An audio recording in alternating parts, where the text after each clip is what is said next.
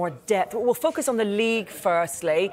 I mean, just how impressed were you with that result? And I guess the performance in the North London derby, given the absence of a couple of key players. Yeah, it was amazing. Amazing. I thought they were very comfortable. They played as a team. They all know what they're doing. Every one of them's in sync. You know, they all know when to go. They all know when to drop off. You know, phenomenal job Arteta's doing there. Absolute phenomenal job. Players come in, haven't been playing for a while. Every set play, they look an absolute threat. Yeah, these are a good team. They're a good team. You know, you look back now, you're thinking just bang unlucky that Man City are just a phenomenal football team in themselves. But yeah, Arsenal, you know, they go there. They've got two of their best players not playing, and everybody just steps up and they just do their jobs. And I thought they were comfortable. I can't remember Raya really making a top draw save any time during the game. So yeah, amazing. Big problem this weekend again. No Odegaard this weekend, but got Rice back. Got another headache now, Arteta. You know, and it's still, does he play Jorginho or does he play Trossard? You know, if he plays Jorginho was outstanding at the Etihad. He can break the press with his passing and his quality of passing. You know, and he gets on the half turn. He plays good one-touch football. So you either go with him or you, because sometimes I always think with Partey, he's a bit slow on the ball. And then the other one is Trossard going forward's going to give you more. But it's a real difficult game again. And he's got another headache in Arteta in whether to play Jorginho or Trossard, in my opinion. Yeah, there is that. There's these two, I guess, key games coming up, back-to-back away games as well. Atalanta tonight, obviously away again after that. They won the Europa League last season. It's going to be tough, isn't it? Where does the Champions League rank in terms of, I guess, priorities for Mikel Arteta this season?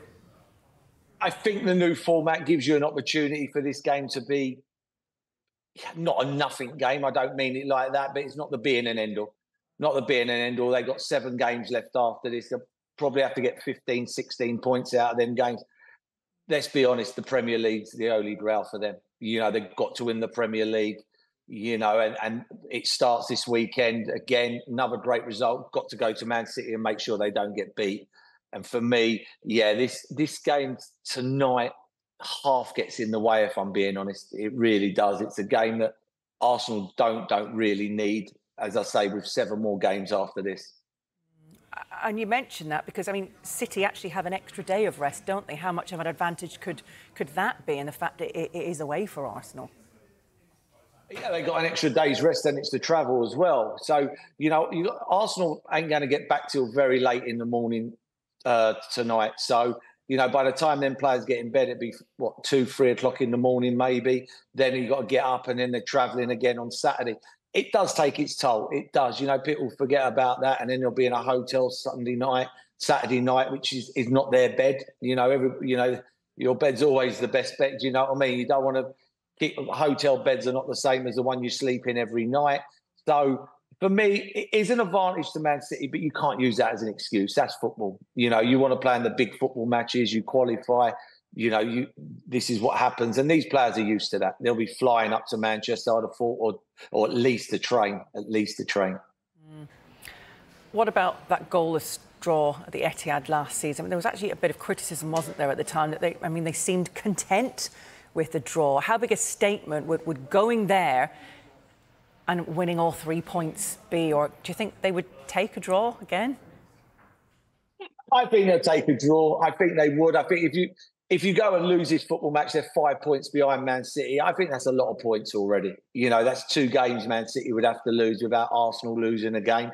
So the pressure would be majorly on. I think if Arsenal went and drew this game 0-0 and played from that base, but they've got to be a little bit more of a threat on the counter-attack than what they were against Tottenham. I think because Tottenham are not Man City, and Man City will make at least 2 or 3 clear-cut chances like they did against Inter Milan. And if they take one of them, then I think it's a problem for Arsenal. But yeah, I don't see a problem if they go there and draw this game 0-0. I think it's a phenomenal football result. Anytime you get a point off of Man City, believe me, it's a great result, especially at the Etihad.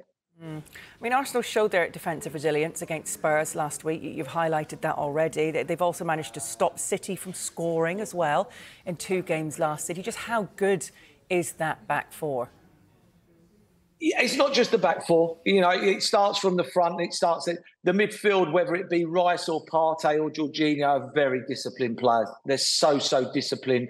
You know, when they're put in that position as a holding midfield player, as a six, they sit in front. You know, they don't go wandering. They don't go all over the place, and they get the protection. You know, and all the players are on sync. If you know I was fortunate enough last week to do it for Super Sunday, and you're up high in the box, you see everything. They come back into an unbelievable shape every time Arsenal sprinted back. Literally, it's like they were marked on the pitch where to stand, and they all done their jobs. You know, if it gets into open play and it gets open and it's end to end and players are running at you and Jack Grealish running you and Haaland's running at you and Foden's running at you, I don't care if you're Gabriel or Saliba. Sooner or later, they will skip past you. So it all starts from the front, and it's like a domino effect. And then you got the players at the back. And I know Tottenham's crossing was poor last week, but the positional player, the two centre halves, was absolutely phenomenal. They headed and cleared absolutely everything. And then you got Ben White.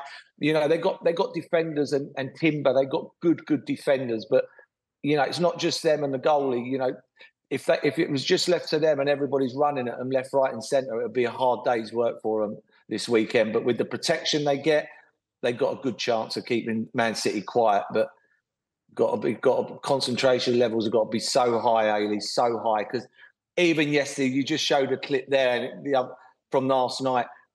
There's 7 players in the box, and Grealish gives it to Gundogan. Gundogan gives it to Foden, and Foden has a shot. Keeper saves it.